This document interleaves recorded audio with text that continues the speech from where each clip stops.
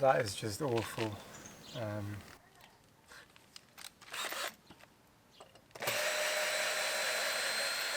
I'm trying to rig up a sort of test so I can test where the timber cladding is going to fall, how big it's going to be, and basically what it looks like.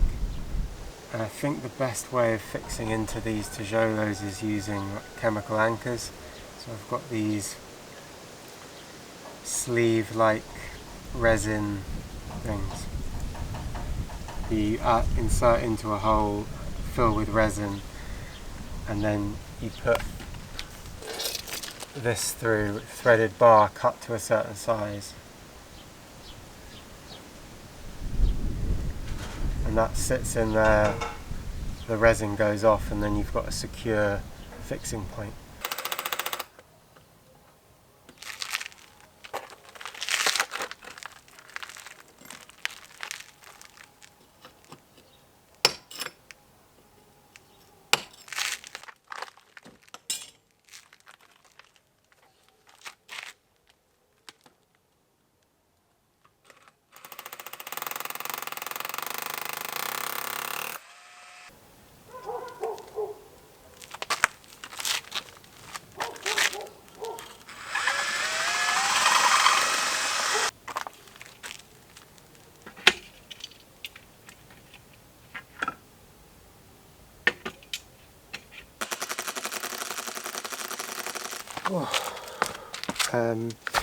The next step is to use the resin. I think you fill up the tubes about 2/3. Then I need to cut the threaded rod to the right size. Probably do that first actually.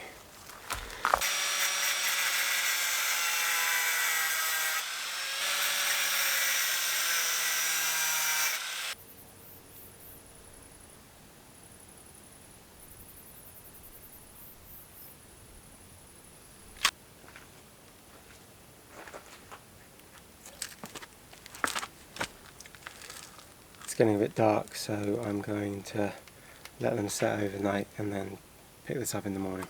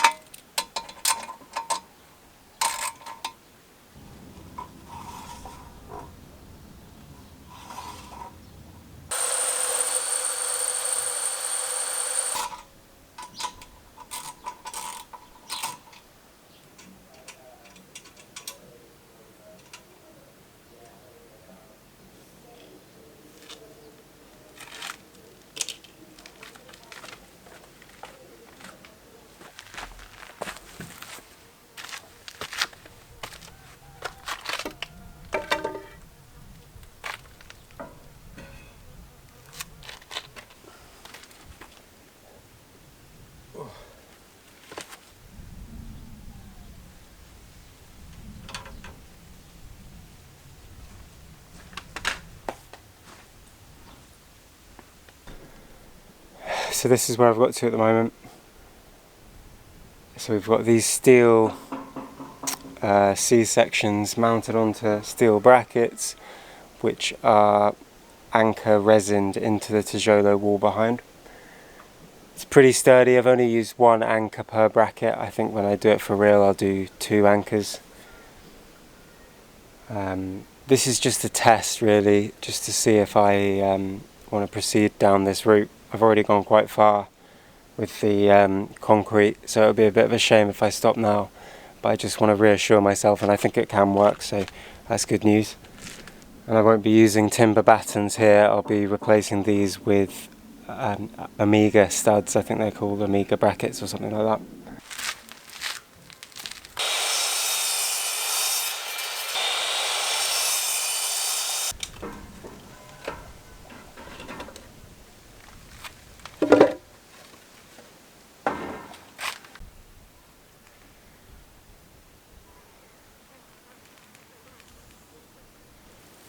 Okay, so you should be able to see where I'm going with this. Crisp line on top of the stone, the irregular stone at the bottom, and then a crisp line along the top, which will be an aluminium capping or coping piece.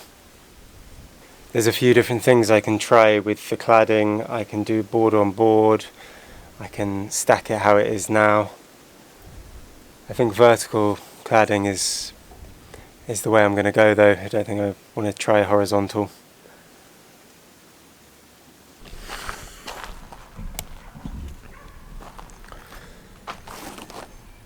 So you can see behind me that the builders have actually taken out a section of the insulation above the openings, and this is to insert the steel beams. I'm waiting for the engineer to get to come here on Tuesday to have a meeting with the contractor, and we're going to talk to him about how the beams that are down here are going to be inserted into the wall. The most obvious way is to remove that stone there and the stone on the other side and just have the floor rest on top of the beam, but I want to have floor to ceiling windows or doors, so I'd like there to be no downstand, and I thought we had agreed with the engineer a way forward, but there's a little bit of a complication because we can't get the beam into position without taking out some of the wall, which is then going to compromise the strength of that wall as we install it. So that's just another little detail that we just need to figure out with the engineer and the contractor. Hopefully that'll be done on Tuesday, and then we can move forward. The builders can come back, finish these steels, and then get working on excavating the 2 spaces behind me internally. I think we'll have the digger coming back for that because there is granite and concrete to remove, and it's just so much faster when the digger comes. And then once that's done, we will start insulating the floor, and then when that's all ready, I think we're going to have a concrete mixing truck, which is not that common in this part of Portugal. I think it'll have to come from Porto, so it's going to be quite expensive, but hopefully it can do all of the ground floor pretty much in one pour, including the sunken patio that I'm standing in right now. So hopefully that can be done in one pour. Otherwise there's going to be lots and lots of wheelbarrow loads, which I think is just going to take a long time, so it's more cost effective to pay that extra money for the concrete mixer.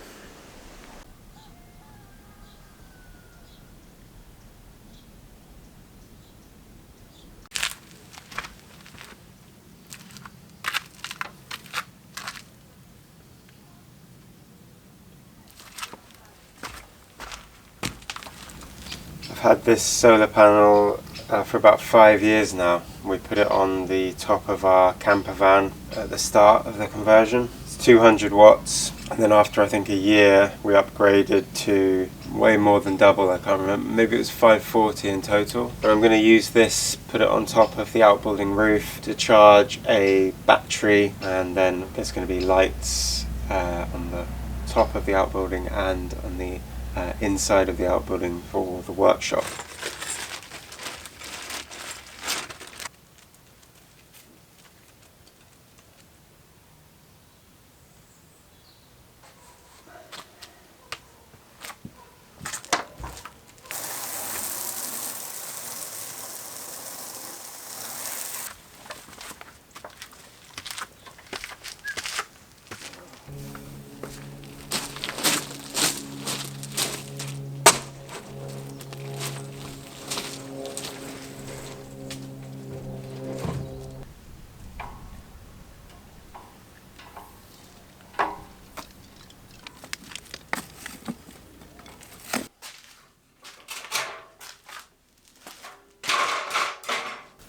So I'm planning on building the battery inverter solar charge controller into a sort of false wall here, and that's going to be a sort of temporary setup until or while this is a workshop and storage area.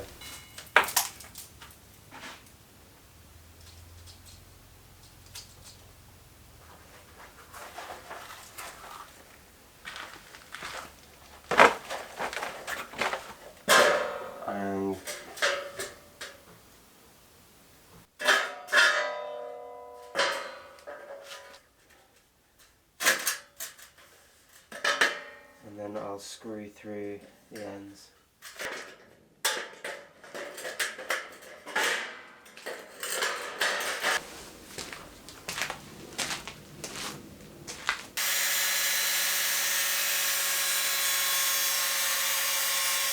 To do is flip the studs so I can fix into the back. Yeah, I'm going to have to do that. Let's do that first actually.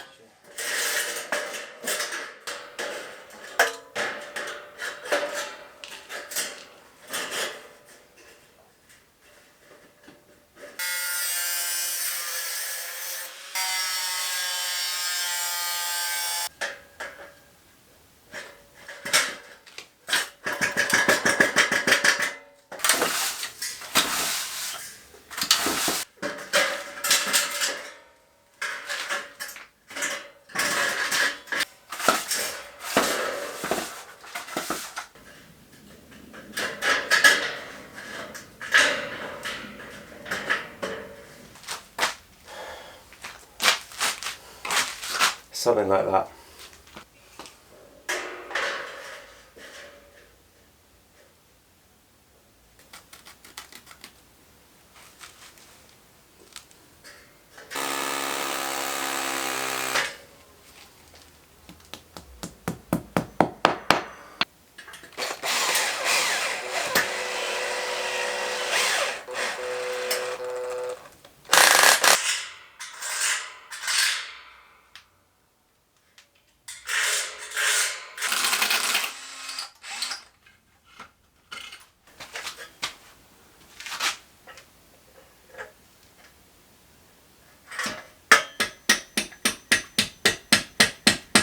Well, happy with that.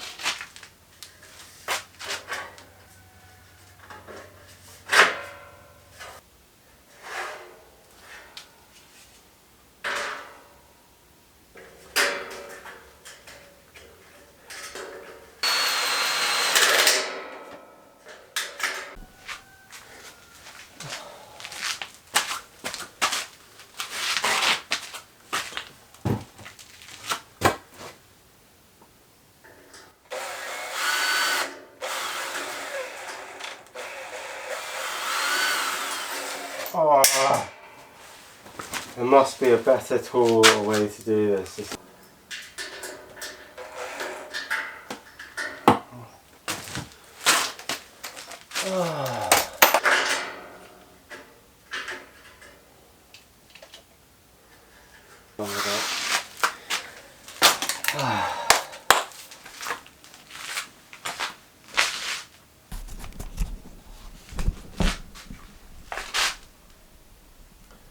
So that took way longer than it should have. It looks quite good on camera. So it's fixed into the concrete slab at the bottom. There's this roughly halfway piece across and fixed into the ceiling. It's a little bit weak on the ceiling, but should be good enough. And once a bit of actually it's 9mm, once a bit of 9mm OSB is on it, it should be strong enough for what I need it for. Okay, I'm back in the outbuilding. That is what I did yesterday, and I've realised that this place is a complete mess, so I'm going to spend the day tidying it up because I need to clean the ceiling and the walls and demolish this block in the not sure what it was, some sort of storage unit in the corner. It's just brick, so that should come away quite easily, well, hopefully. And yeah, just pick up everything from the floor. I've sort of prematurely done stuff, and it seems like a common theme on this renovation that I move stuff to one place to then move it to another place before moving it back to the same place. So making work for myself, not the most efficient way of doing it, but that's the plan. So hopefully next time you see this, this will all be tidy and clear.